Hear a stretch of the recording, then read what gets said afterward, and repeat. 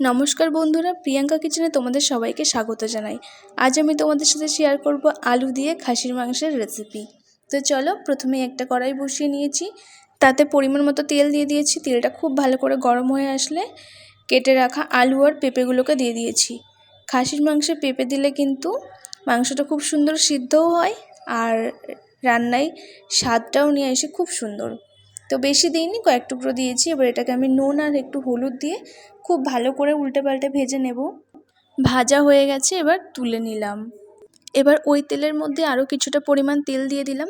তেলটা গরম হোক ততক্ষণ একটা মশলা তৈরি করে নিলাম পরিমাণ মতো আদা, রসুন, আর নিলাম কয়েকটা কাঁচা লঙ্কা আর শুকনো লঙ্কা মিশিয়ে নিয়েছি, আর নিয়েছি অল্প একটু জিরে। এবার এটাকে সামান্য একটু জল দিয়ে একটা পেস্ট তৈরি করে নেব।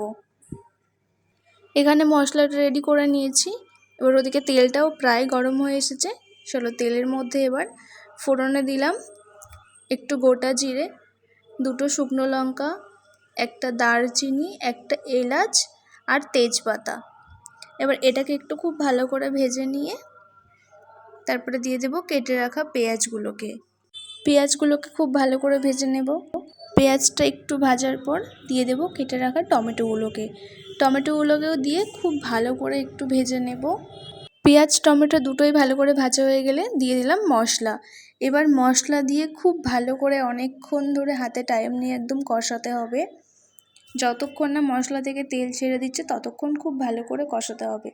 এর মধ্যে আমি একটু নুন, একটু হলুদ আর একটু কাশ্মীরি লঙ্কাও দিয়ে দিলাম।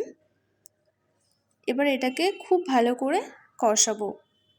দেখো, কিছুক্ষণ কষানোর পর এবার নুন হলুদ মাখিয়ে রাখা খাসির মাংসটা দিয়ে দিচ্ছি। এবার মাংসটা এক এক করে দিয়ে দেওয়ার পর আরও অনেকক্ষণ ধরে খুব ভালো করে কষাতে হবে। মাংসের কালারটা কি দারুণ এসেছে। এবার আমি দিয়ে দিলাম মাংসের মধ্যে গোটা রসুন। তোমরা কে কে গোটা রসুন খেতে ভালোবাসো অবশ্যই কিন্তু জানিও। এরপর ঢেকে ঢেকে গরম জল দিয়ে অল্প অল্প করে গরম জল দিয়ে আর ঢেকে ঢেকে মাংসটাকে কষাবো। এরকমভাবে রান্না করলে কিন্তু মাংসটা কষানোর সময় সিদ্ধ হয়ে যায় আর রান্নাটাও দুর্দান্ত হয়।